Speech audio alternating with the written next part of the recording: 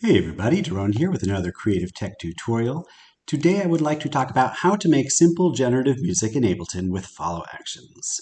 So follow actions are really cool, they're really simple, but actually surprisingly not a lot of people know about it, or yeah, is what I've kind of found.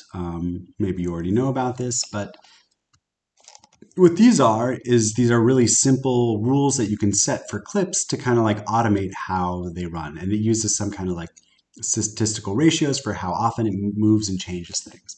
So for instance, if I were performing this right here, I've got a couple different drum loops and I've got a piano loop. So if I were doing a live concert, I would like switch around loops.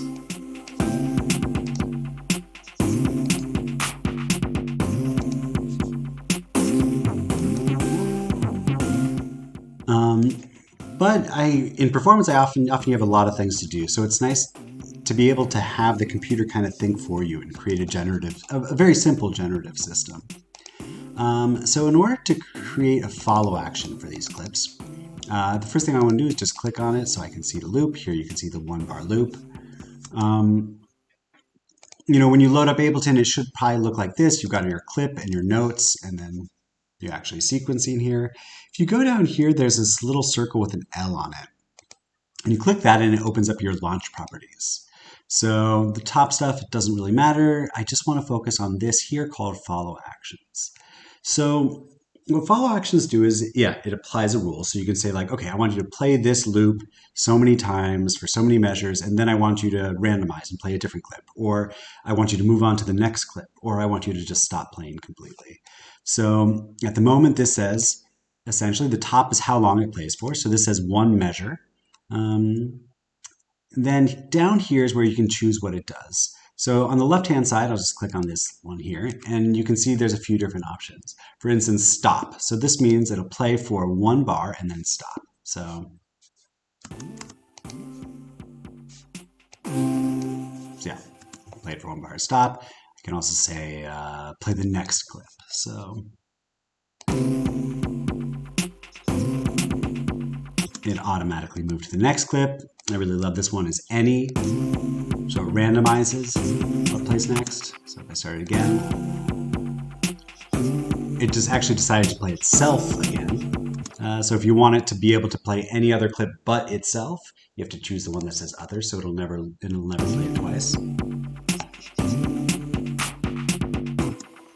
And yeah, you can say play the first or the last. So it kind of sees whatever clips are all touching together. So this is a group of clips. So if I were to say, for this one, play it 1 measure, then play the first clip, you can see it will go there. And the first clip has a rule to play any other one. So you're starting to create a relationship with all these where they all have different rules. Let's have this one play the last one, and then the last one, let's have it do any. So now, the first one will randomize. Play the second one, which played the last. The last will play any, which ended up playing the second, which plays the last, which plays this, which looping itself, which goes here, which is supposed to play the first. So there's randomness, but there's also structure to it. Where this gets really exciting is that you don't just choose 1 follow action. You actually can define 2 follow actions. So on the right-hand side here, you have the same options. So for instance, for this third clip, I say play the first, or I'll say play the last. And the numbers below are the ratio, the kind of like statistics, like how likely it is to happen. So at its basic setting,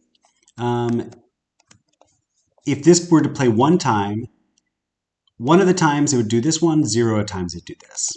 If I were to change this ratio, 1 to 3. So if I were to play this loop 4 times, this 1 measure loop, 1 of the times it would play the first, and 1 of the times it would play the last loop afterwards.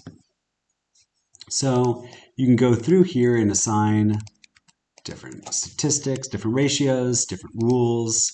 The previous 1 to 1. If you wanted, you could change the loop length of these. So I would say actually play 2 measures of this, play 3 measures of this, and ultimately what we're just doing is creating more complex system of rules. These can be actually really high numbers.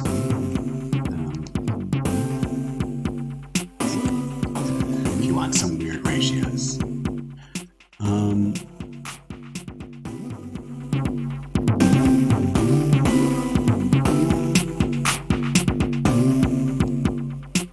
So now you have this simple but complex system that's randomizing along to a set of rules that you've created.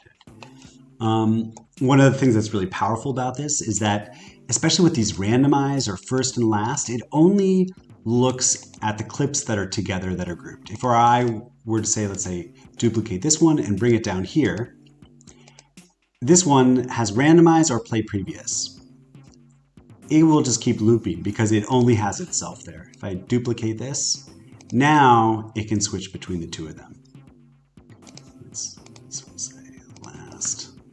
So that's also cool. Let me just make these slightly different.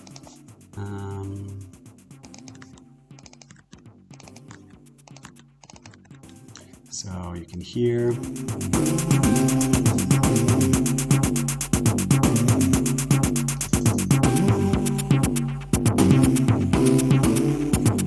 So now it'll never play anything from the first area. I would have to manually trigger that. And now it'll only play things from the first area. So this is if you have different songs, different sections of songs that you want different systems for, you can specify that kind of stuff. Again, this is really simple, but it actually allows for a lot of variation in what you're doing. And I really like it because it also, as a solo performer, you're often in charge of making all the decisions yourself. And a lot of people like to sequence everything so it's set in stone, so there's more potentials. But if you create these more generative systems in there, your computer's actually performing with you. It becomes a collaborator. And I think that ends up being a lot more fun as a performer and also a lot more expressive and, yeah, adds a little bit of chaos in there for the people experiencing it as well because you're not as in control.